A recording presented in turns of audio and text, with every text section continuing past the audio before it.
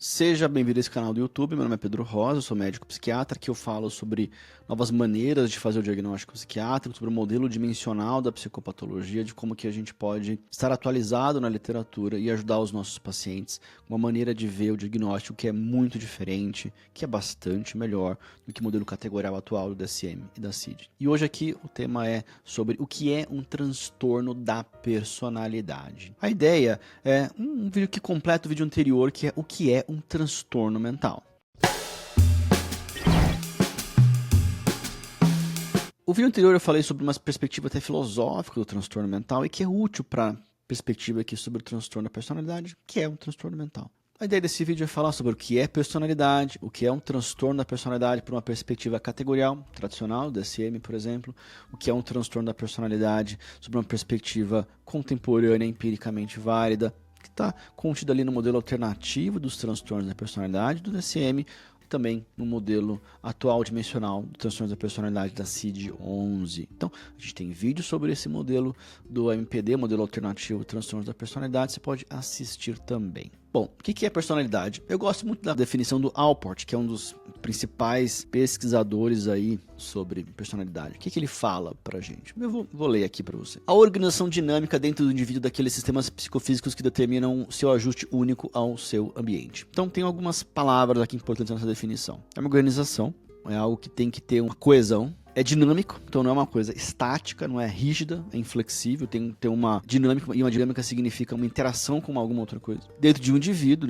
ou seja, uma personalidade ela é propriedade do indivíduo, não é propriedade da comunidade, não é propriedade da família. Sistemas psicofísicos, que ele está querendo dizer que tem um componente psíquico, tem um componente do funcionamento talvez mais global, do corpo do indivíduo, que determinam um ajuste. Esse ajuste ele é único, então ele é peculiar dessa pessoa, ao ambiente. Então ele serve para interagir com o ambiente. A personalidade, portanto, é uma organização que tem que ter uma flexibilidade suficiente para ajustar o indivíduo ao seu ambiente. E ele continua.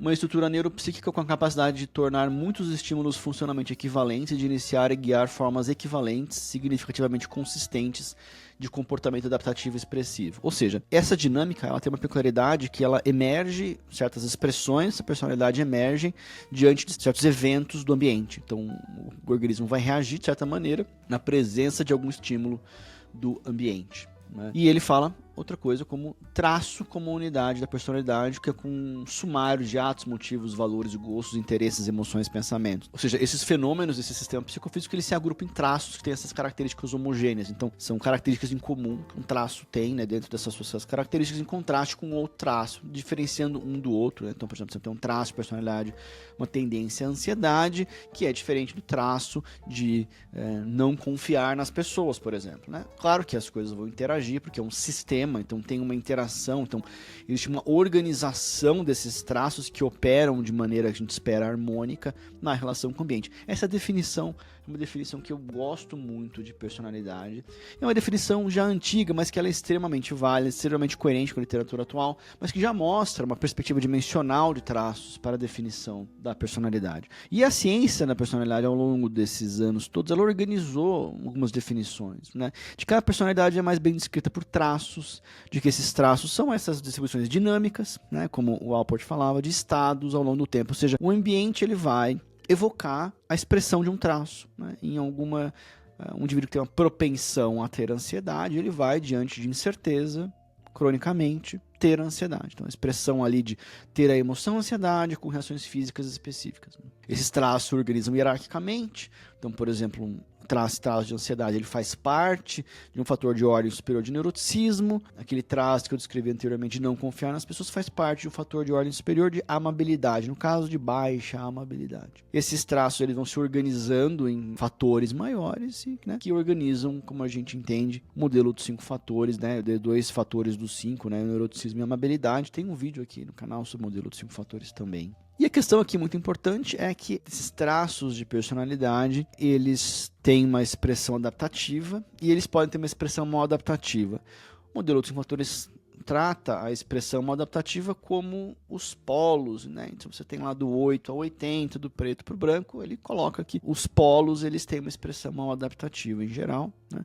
e que essa expressão adaptativa ela está na mesma dimensão da expressão adaptativa. Essa é uma questão muito importante, porque poderia ter uma questão que os transtornos de personalidade não têm relação íntima com a personalidade normal. Poderia ser. Essa é uma hipótese. Mas fato é que a gente sabe que tem. Os transtornos da personalidade têm uma relação íntima com a personalidade normal. É por isso que eu estou falando da personalidade normal, né? Senão eu nem estaria falando desse tema, perdendo o tempo de vocês. E esses traços, eles se organizam ali nos traços maladaptativos, apresentações maladaptativas de neuroticismo, de extroversão, de amabilidade, de conscienciosidade, de abertura, elas se organizam como um fator geral de personalidade, um fator geral de personalidade que é chamado por aí de fator G, né? E um mesmo nome do fator geral de inteligência, tá? Dentro do que a gente entende da estrutura hierárquica da cognição. Mas não tem nada a ver com cognição, tem a ver com personalidade. Tem um fator G de personalidade, assim como a estrutura geral da psicopatologia tem um fator P. Um fator geral, por quê? O que quer dizer esse fator P de psicopatologia, o fator G da personalidade? Quer dizer que toda personalidade maladaptativa tem uma característica em comum. O que quer dizer esse fator G? Duas implicações simples dele, eu ainda vou fazer um vídeo só sobre ele. Primeiro, que todas as apresentações maladaptativas de personalidade têm algo em comum entre si, que é descrito ali nesse fator G. Além disso, significa que se você pegar todos os traços maladaptativos de personalidade e você descrever a personalidade de alguém, haverá algo além disso para ser descrito. Você não consegue fazer uma descrição completa daquele transtorno da personalidade só ao descrever os traços mal adaptativos. Eu não estou nem dizendo só descrever os traços adaptativos. Estou falando de você descrever os traços mal adaptativos. Você não vai conseguir descrever por completo. Tem algo que falta, ou seja, a união, o agrupamento, mesmo coeso desses traços mal adaptativos é insuficiente para você conseguir descrever a personalidade da pessoa. Vai faltar algo a mais. Esse a mais é o fator G. E é por isso que ele tem uma descrição diferente. O que é essa descrição? Então, se você for ver a definição do Alport, ele fala é um sistema, é uma organização. Existe algo que opera gerindo os traços. Existe algo que organiza esse funcionamento.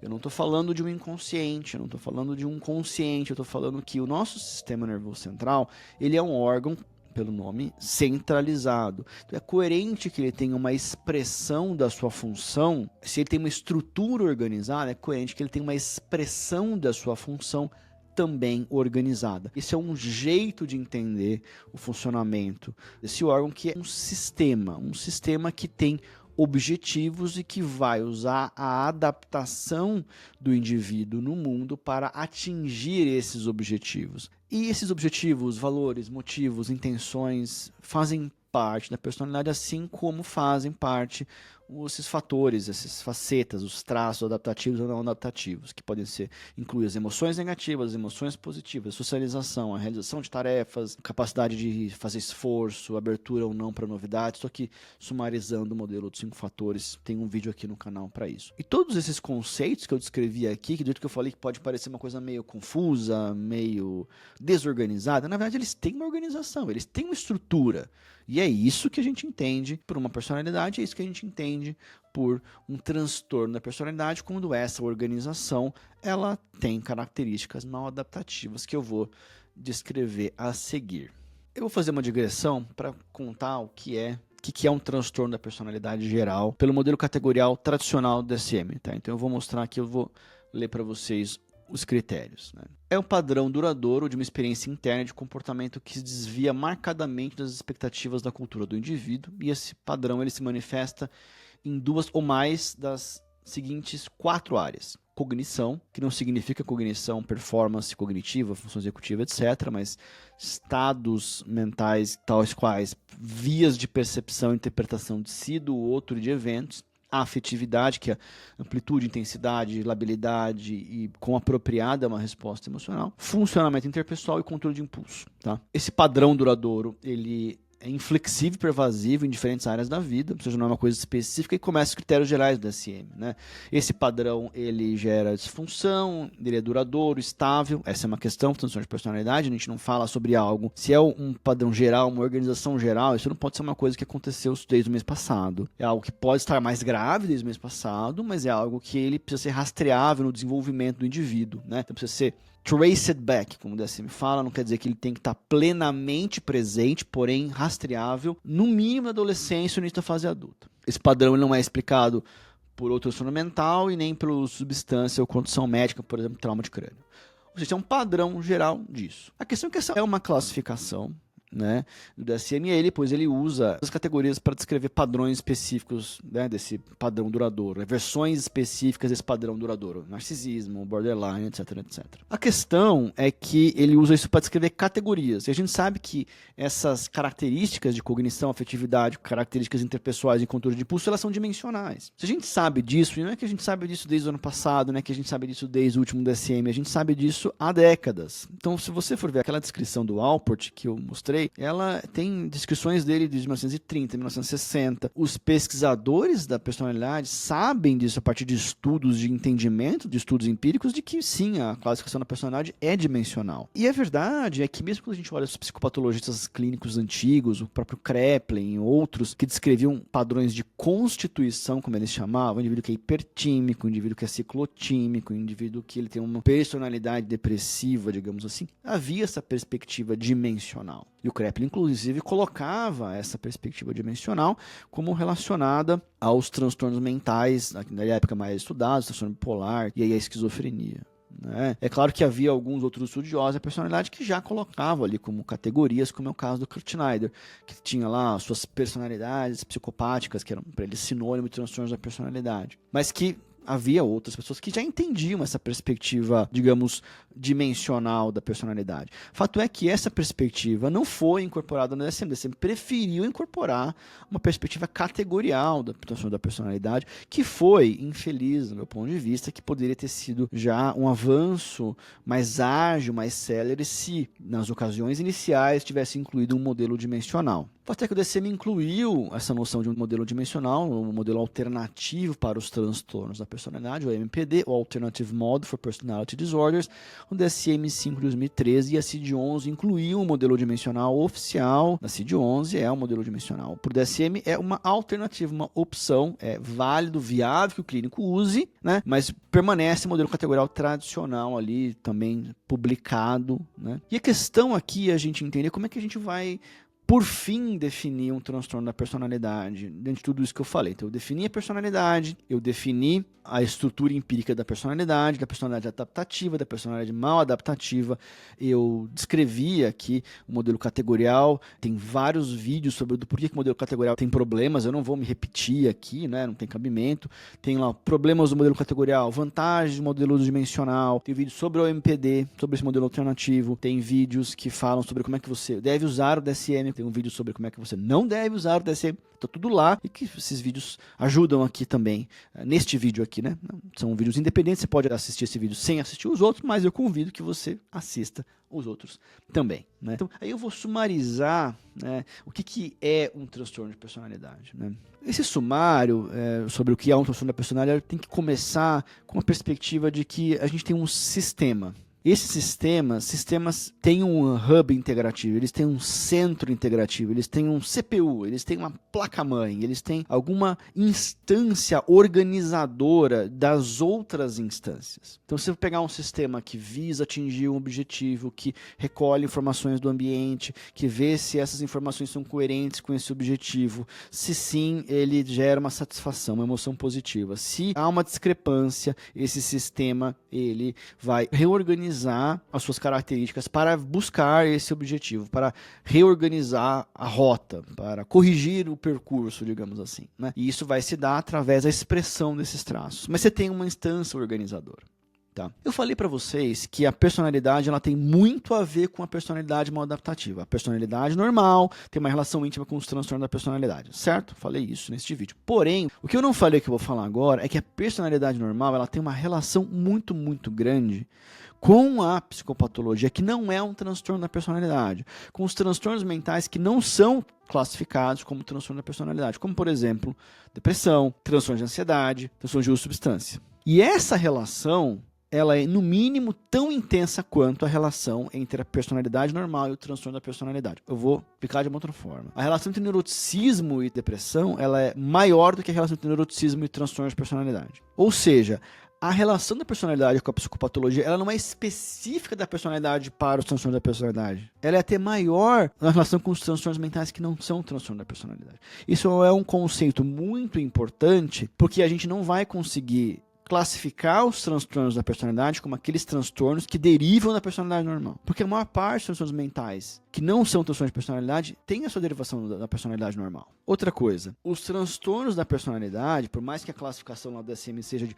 padrão duradouro, característica persistente, eles não são mais estáveis do que os transtornos mentais outros, tá? Não tem uma estabilidade maior. E isso feito por estudos com segmento longitudinal. Por quê? Porque os traços variam e os traços maladaptativos, eles têm uma variação maior do que os traços adaptativos, né? Essas tendências adaptativas, elas têm uma persistência, uma estabilidade longitudinal ao longo tempo maior do que as apresentações mal adaptativas. Isso é muito importante para quem trabalha com transtorno de personalidade borderline, sabe disso, pelos estudos longitudinais, que existe uma redução da sintomatologia ao longo do tempo, de maneira que o paciente, com muita frequência, espontaneamente deixa de preencher critérios, né?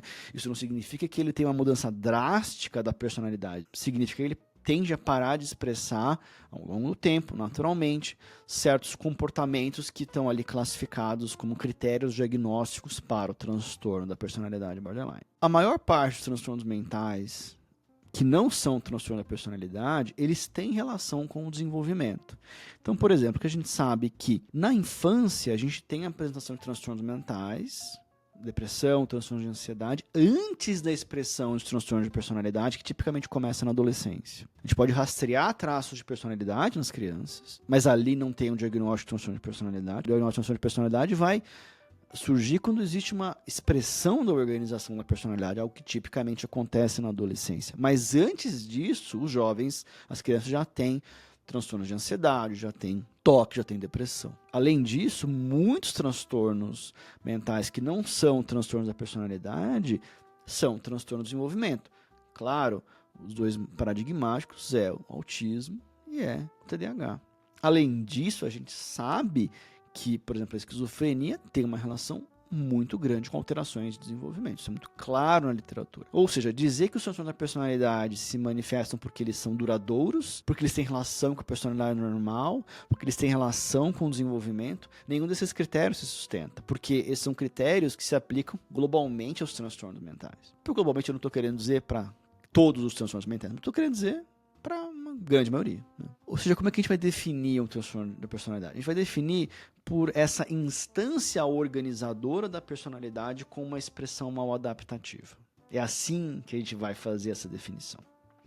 E essa definição, ela está em grande medida sim calcada no conceito de organização da personalidade que o Kernberg descreveu. Um psiquiatra muito importante que teve uma tradição de descrever isso, e essa é uma tradição que recebeu suporte empírico. Então eu não estou dizendo que a gente vai usar a teoria do Kernberg ou as ideias dele porque elas são interessantes ou porque elas são elegantes. A gente vai usar porque a literatura sistematicamente nos últimos anos oferece suporte empírico para essa tese de que existe uma instância organizadora da personalidade e que é o que define a presença de transtornos da personalidade. Isso foi incorporado no modelo alternativo dos transtornos da personalidade do DSM-5 e também na CID-11, como o que está ali colocado como critério A, né? Que o critério A, ele sempre tem critério A, critério B, tem esse critério A, que é o critério do nível de funcionamento da personalidade, que eu vou mostrar aqui para vocês. Quais são os critérios gerais para o transtorno da personalidade pelo MPD, por esse modelo alternativo? O critério A, as características essenciais do transtorno da personalidade são: critério A, prejuízo moderado ou grave no funcionamento da personalidade. Funcionamento este que se define ali, divide entre self e interpessoal. B, um ou mais traços de personalidade patológicos. tá? E claro, a expressão é relativamente inflexível, difuso, relativamente estável ao longo do tempo, não são mais bem explicado pelo transtorno mental, não é atribuído ao efeito fisiológico da substância com condição médica, não é algo coerente com o estágio de desenvolvimento e o ambiente sociocultural. Isto é, tem todos esses critérios que o DSM coloca, mas essencialmente são dois critérios. Um critério de prejuízo de nível de funcionamento de personalidade e os critérios maladaptativos. O que o DSM, nesse modelo alternativo, não modelo clássico categorial, nesse modelo alternativo, que é uma opção para nós clínicos usarmos. Esse modelo alternativo, ele fala, você vai definir se há ou não um transtorno da personalidade pelo critério A, pela presença de um prejuízo no funcionamento da personalidade seja suficiente. Uma vez que há esse prejuízo, uma vez que há esse critério A, você parte para o critério B para analisar quais são as características outras, os traços mal adaptativos deste transtorno da personalidade, que o DSM ali ele fez de forma alinhada ao modelo dos 5 fatores, assim como fez a CID-11, né? Tem um modelo ali de traços mal adaptativos alinhado à CID-11. Ou seja, a gente tem aqui uma questão que tem sido reconhecida essa perspectiva de que você precisa de uma instância organizadora para descrever um transtorno da personalidade. E a gente vai precisar aprender a aferir isso nos nossos pacientes. O critério A, ele tem uma escala muito simples de aplicação, amplamente validada, de 12 itens, traduzida para o português, que é muito fácil de aplicar nos nossos pacientes. E é interessante dizer, eu já falei isso num vídeo anterior, mas eu vou repetir aqui, que o DSM, ele coloca, ele descreve, já estimulando que as pessoas usem o modelo, dizendo que ele é válido, é apropriado para a clínica, que para o clínico, mesmo que o paciente não tenha um transtorno da personalidade, que descrever o nível de funcionamento da personalidade, porque veja, prejuízo moderado ou grave é o critério. E se o prejuízo for leve? Esse prejuízo é relevante. E se o prejuízo é moderado em uma instância, mas ele é leve na outra e você não tem os critérios específicos, não tem o suficiente para fazer um diagnóstico de transtorno da personalidade. Mesmo que o paciente não tenha um nível de funcionamento de personalidade comprometido o suficiente para um transtorno da personalidade, a gente vai poder descrever esse nível de funcionamento de uma maneira útil para a clínica. O DSM está escrito lá, é útil para a clínica. E você vai descrever os traços maladaptativos, mesmo que o paciente não tenha um diagnóstico de transtorno da personalidade. Por quê? Porque a personalidade é relacionada aos transtornos mentais globalmente, não só com o transtorno da personalidade. Ou seja, se o paciente tem depressão, se o paciente tem transtorno de uso de substância, se o paciente tem pânico, se você descreve a personalidade do indivíduo, você consegue organizar um tratamento melhor para essa pessoa. Você descreveu o funcionamento do sujeito muito além de uma categoria de pânico, de categoria de TAG, por exemplo. É útil para o clínico, é válido para o clínico, é confiável para o clínico e é bom para o paciente, é positivo para o tratamento do paciente. E o que é essa função organizadora? Eu não vou falar nesse vídeo aqui sobre os traços da personalidade, mas eu vou falar sobre esse modo de funcionamento, que eu vou só ler aqui para vocês. Elementos do funcionamento da personalidade. Estou lendo direto do DSM, isso aqui está no DSM. Si mesmo, self, que pode se dividir em duas instâncias. Identidade e autodirecionamento. Identidade.